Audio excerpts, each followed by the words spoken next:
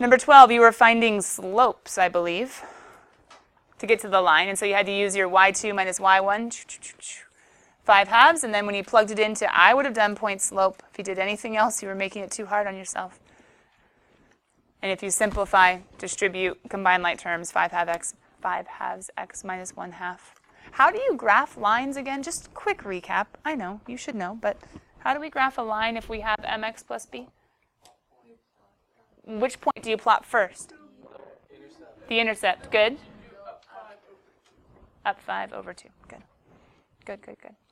Then if you want to get some points to the other direction, you go down 5, negative 5, left 2. Why does that still work? It's backwards, and it's a negative over a negative, which is the same thing as a... So you can go positive, positive, or negative, negative. Either one will get you the same slope of 5 halves. 22, is it literally just plugging in your calculator? Go, team, but tell me what happened to this guy. What was it? Shifted how? 3 up and 2 left. Good, that's what we're reviewing today. Do you guys see the parent function, the square root of x? Do you see his shape with the point and then the swoop one way? He's just been shifted 3 left, 2 left, 3 up. Okay, remember next one. Check it. Did you master the rounding down of the step function? Even on the negative? If not, correct it. It's tricky. The negative one is tricky, but you gotta think number line.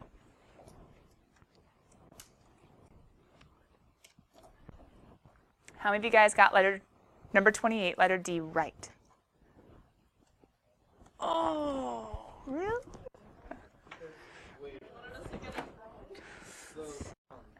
No. I'm like, oh, I thought there would be more hands. I wanted you to get it right. That's why I was, whatever I was doing.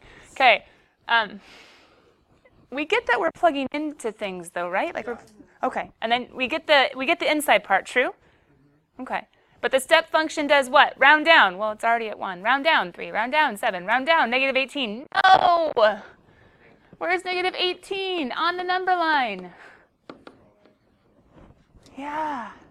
After negative 19. So rounding down is negative 19. Remember, we did this yesterday. I know it was hard, but it was in our notes. We had good examples. So rounding down. Does it make sense now? Give me a thumbs up if you're like, oh, yeah, I just made a mistake. I got it. Okay. For those of you that are still like, you got to round down. They are graded. The TA recorded the scores, I think, in my grade book during period 2. I just need to double check they're there, and if so, then yeah. Let's grade homework first, and I'll send one person from every group after we grade to go get correction papers. Okay. Coming back.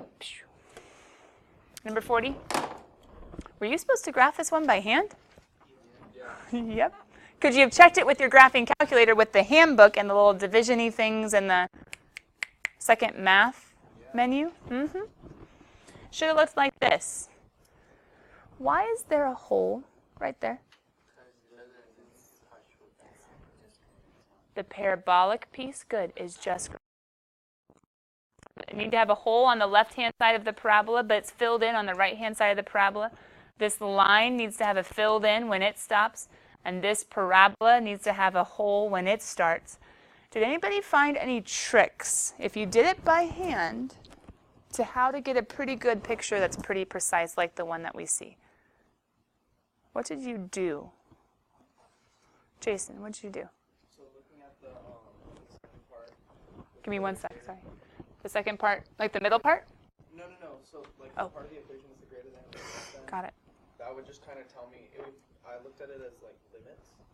So for the middle one, it would basically show me like, okay, I'm not supposed to go on the points in between -1 and 1. Okay. Or like. Like for this guy? Yeah. Good. And I lost my train of thought. But and then like with like for the bottom one, for example, you would have to start like above 1. So whatever your points would be, you basically just cut off anything below it. Does that make sense? Below it that way. Yeah, that makes sense. Some people would think below it this way, but yeah. Why did he say you would have to go up 1? What's he thinking of with up 1? It's opposite, kind of. Like instead of being an upwards facing parabola, I know it's transformations, it's section 1-7. But instead of being a normal x squared, what's happened to it? And what else besides the flipping? And some of you might not realize that until or unless I rewrote it like that, which is the exact same thing. The 1 is positive, the x squared is negative, just like it is here. Isn't it one of these with a these? So if you were trying to graph it, wouldn't you normally do a swoop? There it is. But as Jason said, it's not allowed to be lower than 1. So he couldn't actually graph that point or any of this. He couldn't graph until here and only graph that part. So here's what I would think. Did anybody else think of any other tricks as far as how to get the pieces right where they're supposed to go? No? Joe, what were you thinking? You think you're good? Okay, so if we had a quiz right now and I gave you some random piecewise function of lines and parabolas, you all could graph it without a calculator. Okay, so tell me. I just like function for pieces, and then there's like one is right, one is below, one is right. And I just first I just use another spreadsheet paper like To do what? The function what it should look like without it. Okay. This is what some people need to hear, Joe. So you could have taken a separate graph and been like, okay, how do I graph 2x plus 1? Well, how do you graph it? You start with the 1, just like we talked about, right? We start with the intercept. And then you go up 2 over 1, right? Then you go down 2 over 1. Then you have your line. So Joe, when you had this line, then what did you do to get to your graph? See how the limit goes, and then it just cut off. Okay. So you cut off everything past the negative 1. Is that what you did? And then he got this portion. Okay? So that's one way. And I think from that we can probably figure out what he did for the rest, right? Because then he went ahead and graphed that one, the whole thing, and then he cut off the pieces he didn't want. Then he graphed the last one, the whole thing, and cut off the pieces that he didn't want. Is that one way? Does that give some of you a way of trying to graph these? Yes. Is there another way that's a little bit shorter? Yes. So let me give you the little bit shorter way, okay? The little bit shorter way is you could go ahead and figure out when would this guy, or where would this guy be at negative 1? So I would make a little table and think, okay, what would 2 times negative 1 plus 1 be? Yes, we know it's filled in, but instead of thinking the entire line, I would think of this point, I need him. He's the end. If you think about the piece, he's the end of it. So I would have just plugged in negative 1 and end up getting. Good. Then you could have gotten the point, negative 1, and said, hey, he's filled in. Then you could have done the slope of down 2, left 1, and you would have had that piece without even ever having gone to the rest.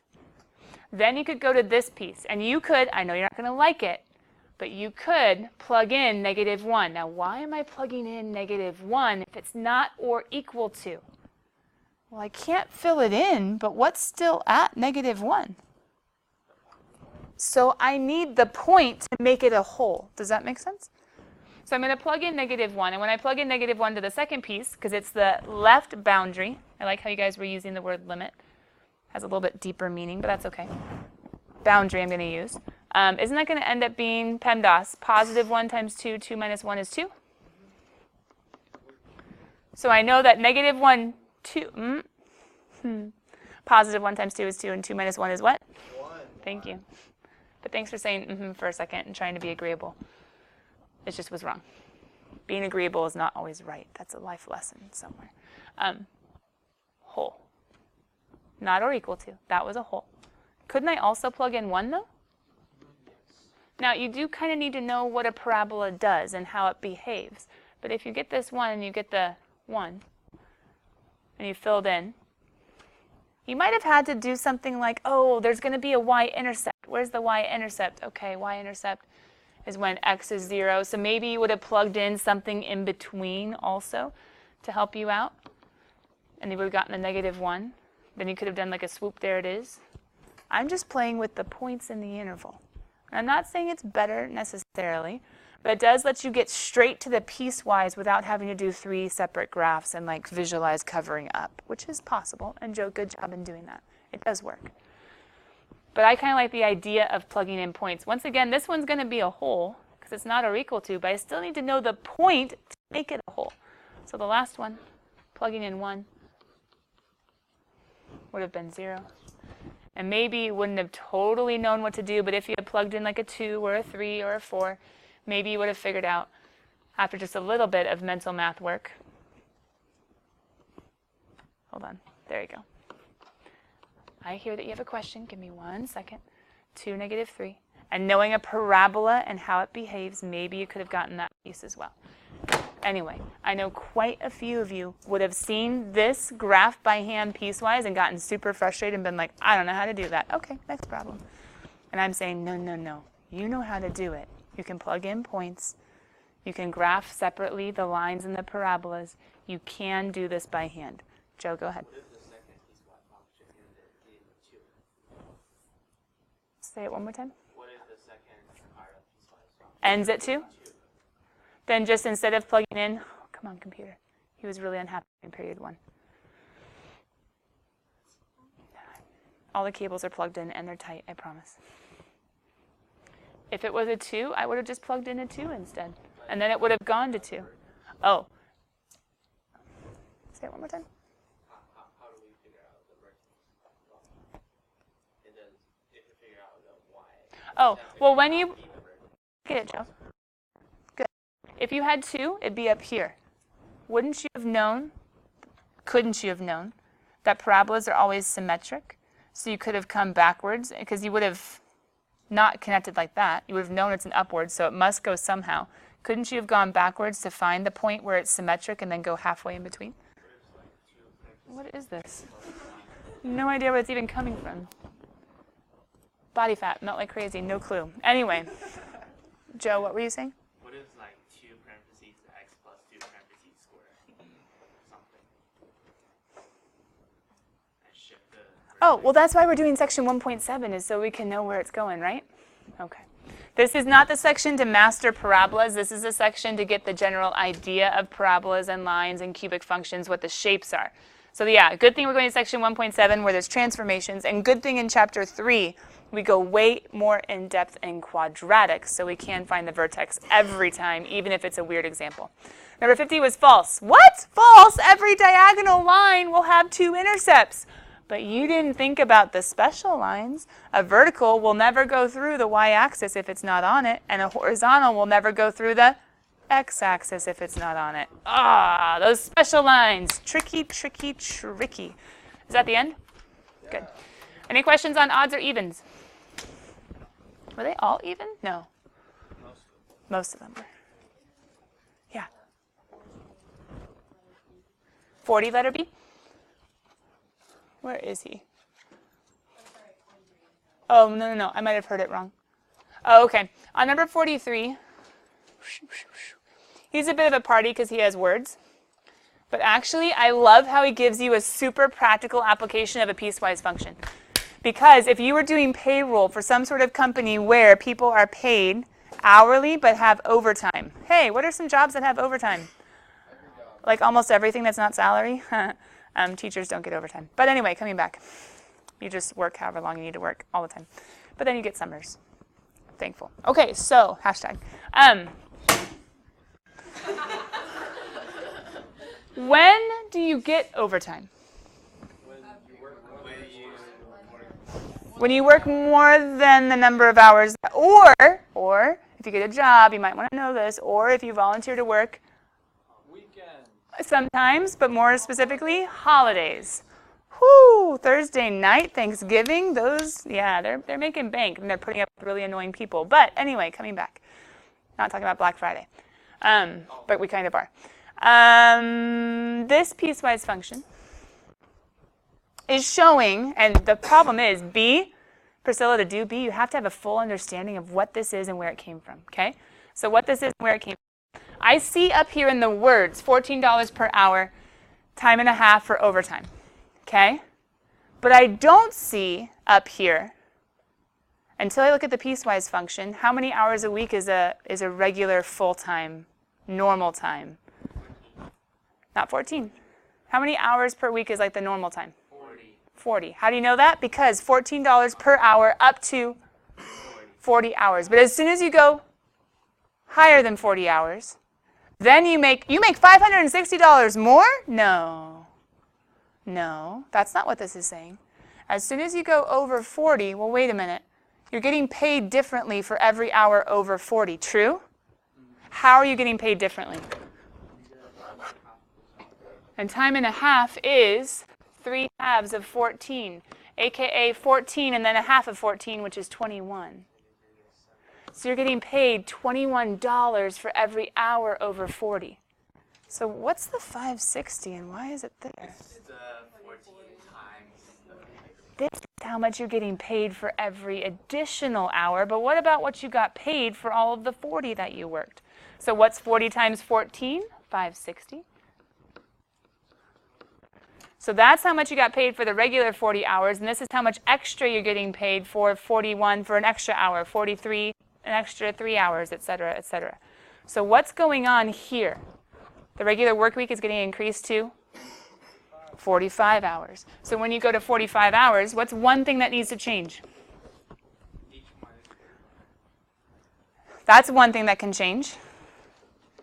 Because the overtime won't be how many hours over 40, it'll be how many hours over 45. What's something else that needs to change? 560 needs to change? How come? Are you still making $14 per hour? Did they say anything about the pay raise? No. So it's still $14 per hour for every hour. Not over 40. $14 per hour for every hour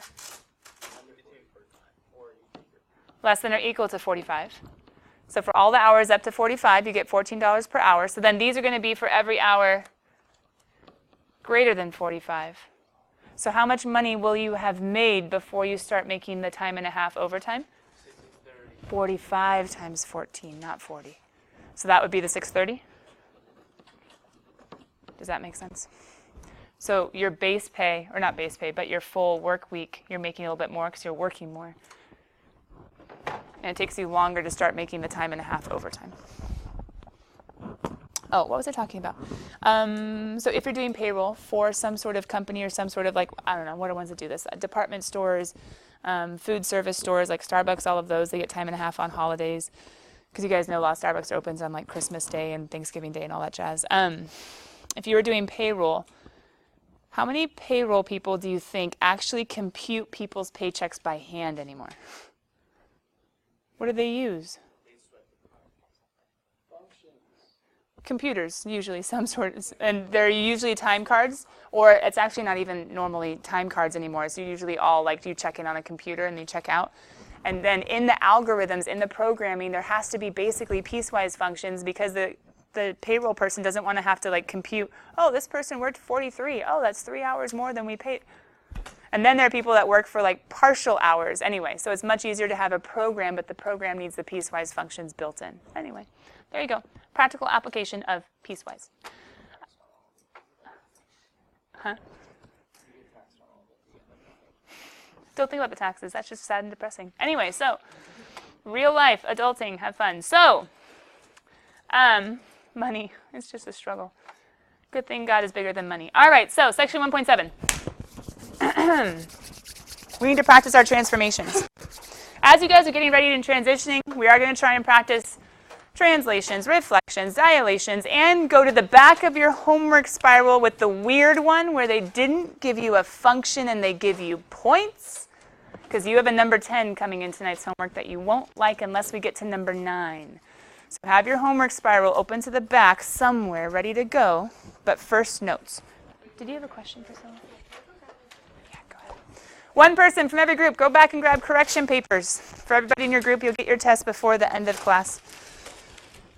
But we're going to try and bust through what we need to for right now. If I give you your test, you'll be very distracted. We all know it. No judgment, just a fact of life.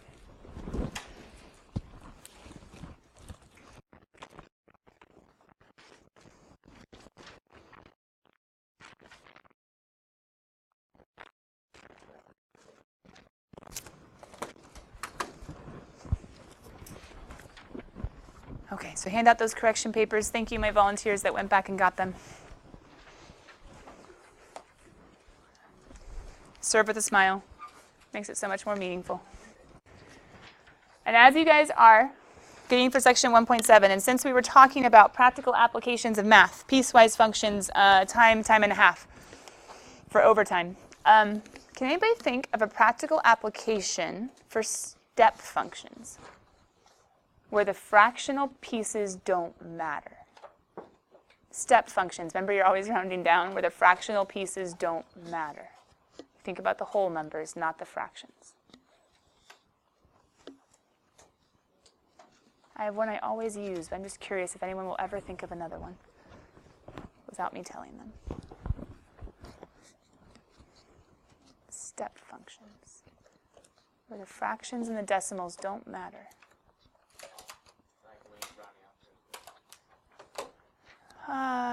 Yeah, maybe if I always round grades.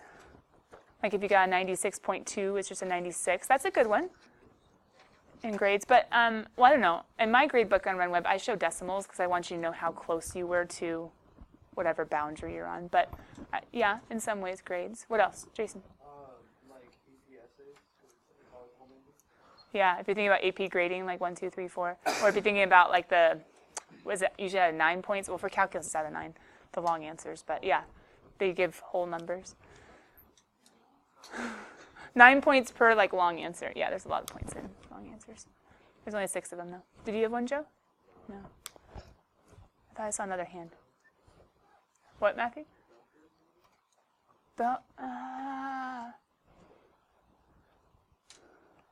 Kind of the bell curve. We would need to like go into statistics to explain why. But yeah, I see what you're saying. That kind of works. Yeah, Chris. Yeah. If you ask how old you are, you can be like, oh, hey, I'm going to use one of your ages instead of mine. How about like 17, right? You don't say 17 and point, right? You don't go into the, unless you're a baby and you're like, oh, they're 8 months. But even then, you don't go into the days or whatever. I know, then it starts to get weird. You're like, so that's a year, and it's because they have like certain monthly checkups, so they think months. I know. Here's my example. My example was parking in parking garages where you have to pay. Does that make sense? Because you get like a certain amount free, so if you're there up until, now it might not be an exact step function and be a different variation, but like the first 2 hours are free. So from 0 to 2, it's 0, 0, 0, 0 until you hit 2, and then it's like, ooh, well, either they're nice and they don't charge you at 2, or they pop you up and say, haha, we get to start charging you. And then every hour after that, or every half hour after that, it's a jump. Anyway, mine was the parking garage one because it makes sense in my head. So, here we go. In some ways it's nice and in some ways it's bad. It's not that cold, is it, you guys? Okay, I know. Just hang in there. The door's closed. I can't really do anything else. And to me it feels nice. So, section 1.7. Sorry. I think all the math teachers know Miss Sutherland gets cold. She gets cold. Poor thing. Mr. Che and I are just fine. Mr. Crawford loved the cold. It's perfect.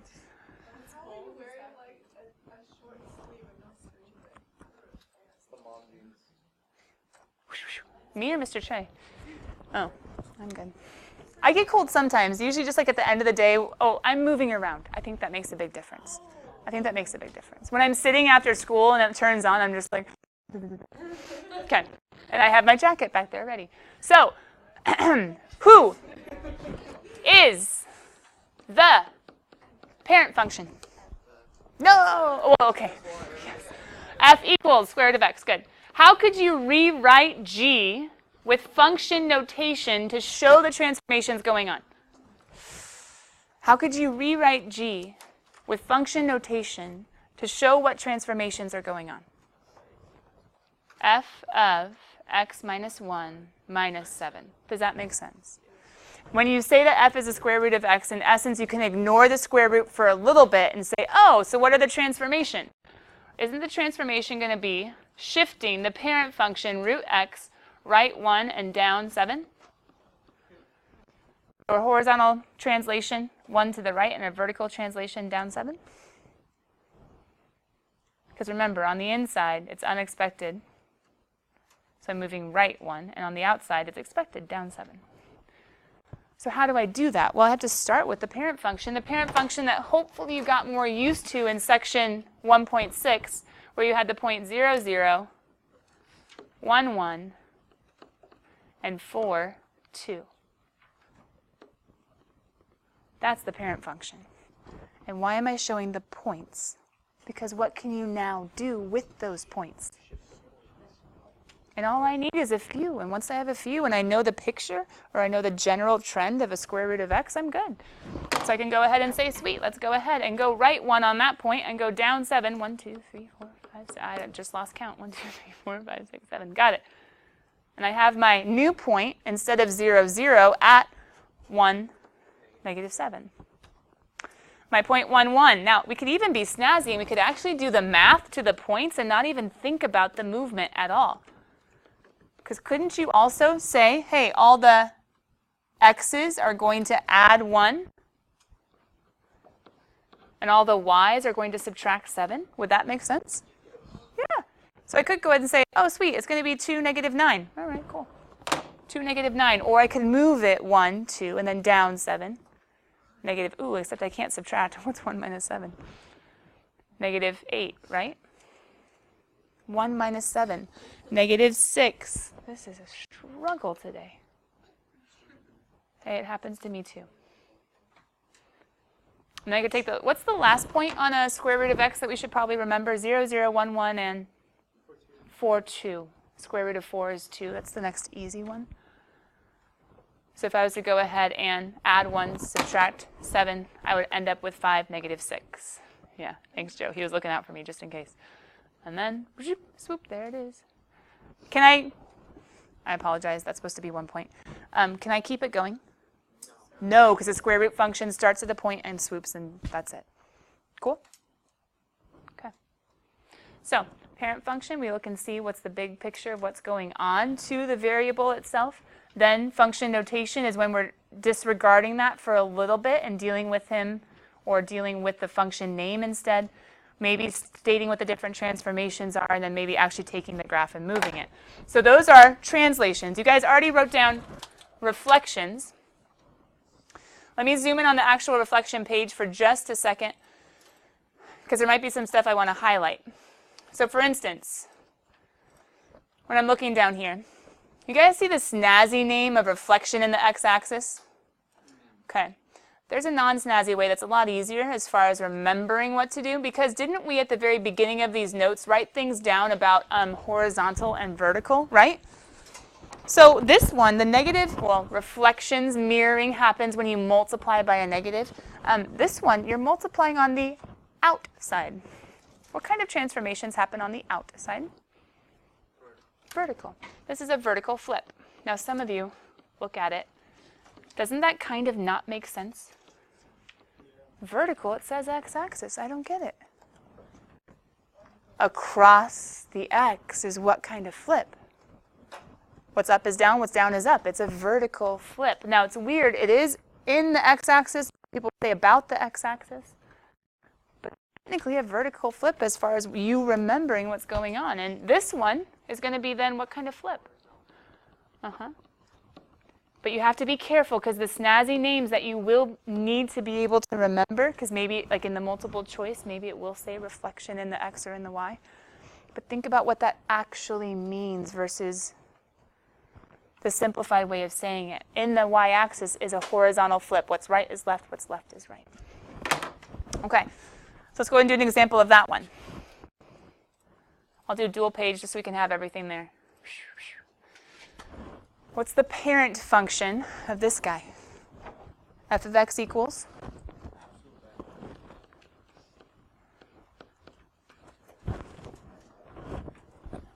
All right. F of x is equal to the absolute value of x. In just a second, I don't want to hear any answers yet. I'm going to ask you for the function notation for the transform function. The function notation for the transform function. Should not put that there.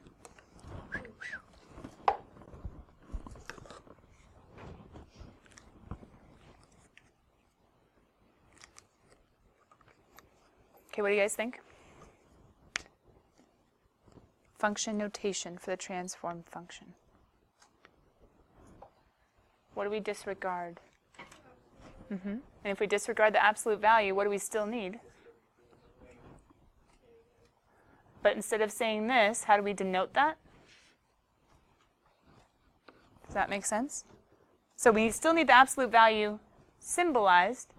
So we use the F notation instead. And what's going to be inside that F? So I can't lose any of my meaning when I use the function notation. I can't lose any of my meaning. We're going to talk about the transformations in just 1 second. But first, let me think about absolute value of x. What's the absolute value of 0? Plugging in x is 0. 0. So there's 1.00. What's the absolute value of 1? 1, 1. And what's the absolute value of negative 1? Oh, negative. Good. There are my 3 main points of my parent function. There are my 3 main points of my parent function. Okay, so what am I supposed to be doing with that parent function? Okay, reflecting. What kind of reflection, Matthew? I heard you say it first.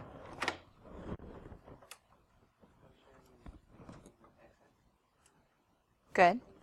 Why the x-axis? Because it's a vertical flip. So you could say a vertical flip, or you could say a reflection in the x-axis. So we which would be in the x-axis. And what else do we have? To the left, a translation. Good, a shift or a translation. So we're going to go left 2. Okay. Now, what order do you think we should do these in?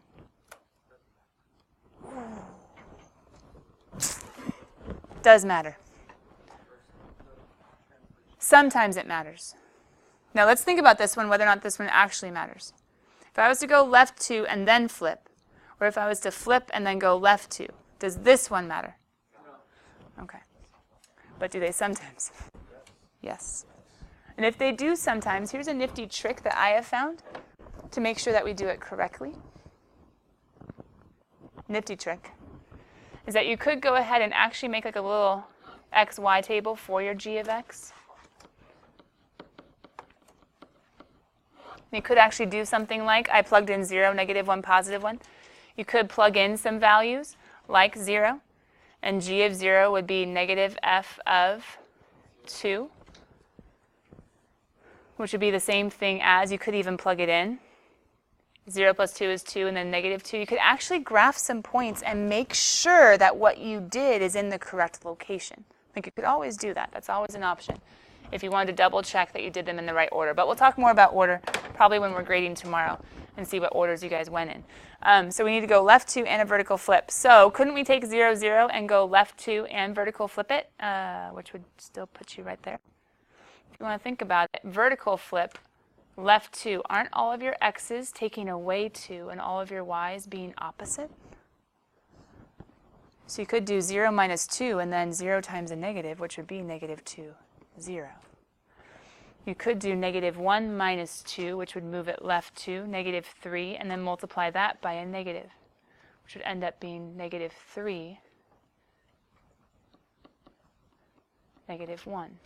You could take your 1, 1 and subtract 2 and flip it, which would be negative 1, negative 1.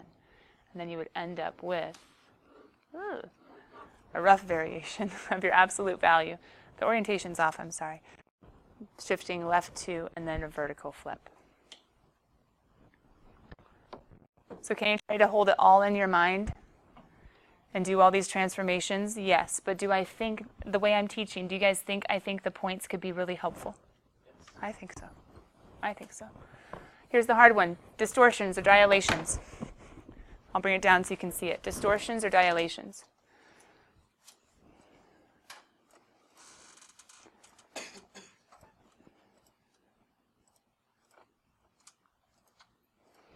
Okay, I'm going to try and simplify this puppy too. In doing so, let me highlight a few things that I think are, and I'm spending some more time on this one just because it's literally harder. We see the C on the outside, right? So vertical hopefully makes sense. We see the C on the inside. So hopefully horizontal makes sense. But then it gets all kind of wonky and crazy. So let me change just a little bit. I'm not going to change as though it's like bad for you to write this stuff. It's not. It's good. But let me try to simplify it a little bit. For vertical dilations, they're always going to be by a factor of C. Vertical dilations will always be by the factor of C. And factoring doesn't have to do with multiplication. When you do factors, you're doing different pieces that are multiplied together. When you're trying to factor a number, you're trying to think of what numbers multiply to be that number. So when I'm saying factor, what I'm actually talking about by a factor of, it's multiplication. Translations had to do with addition, subtraction, whether you're going up, right or left, from x's, from y's. Reflections have to do with multiplying by a negative one. Distortions or dilations have to do with multiplying by an actual number. So vertical, it's by a factor of who you see. And if it's vertical, you're always going to be multiplying the y values. Multiplying the y's, it's a vertical change. Instead of adding to the y's for a vertical shift, instead of multiplying by a negative to the y's for a vertical flip, you're multiplying the y's for a vertical stretch shrink. Now, when is it stretching? When it's getting bigger. When is it shrinking? When it's getting smaller. It depends on who C is. If C is 2, multiply by 2, it's going to be stretching. If C is 1/2, multiply by 1/2, it's going to be shrinking. But vertical, those are the expected ones. Horizontal, those are the unexpected ones. So first of all, horizontal, multiplying by the x values. And these dilations, still multiplying.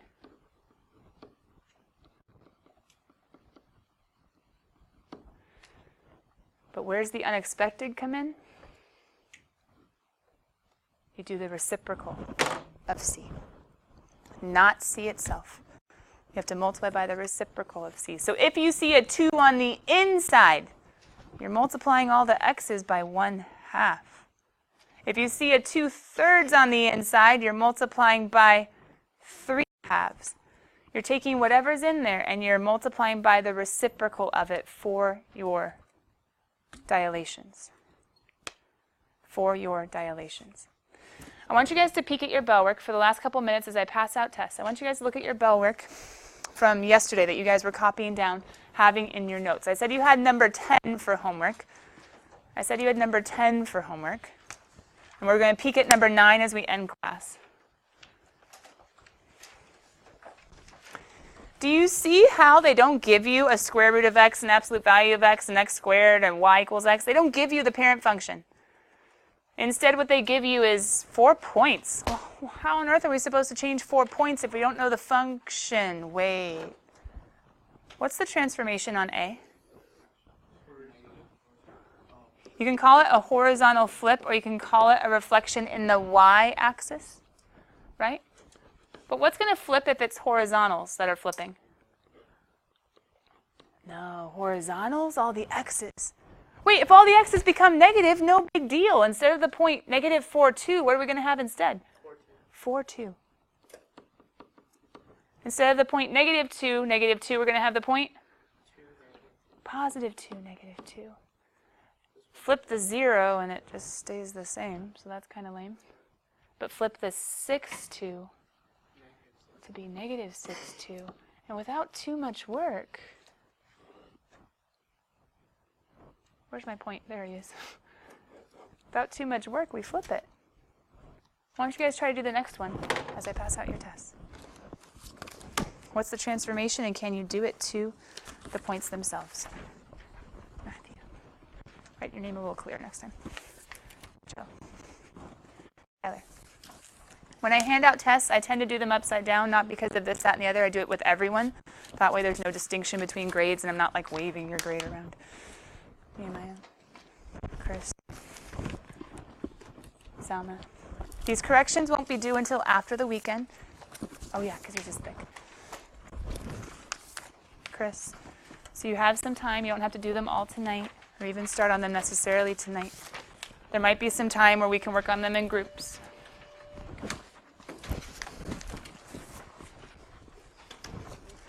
But maybe peek at it tonight so that you have some questions ready for your groups tomorrow. Why don't you wait until everybody has their test? I'm almost done. Jason. Joe. Priscilla.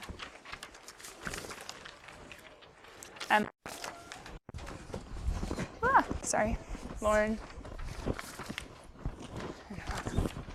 All right, you guys may go. Does this give you something to do with number 10 tonight? Yeah. Okay. You guys can do separate graphs. You don't have to do them all on one. But if you want to put a few, do different colors, it might be nice. Bye, guys.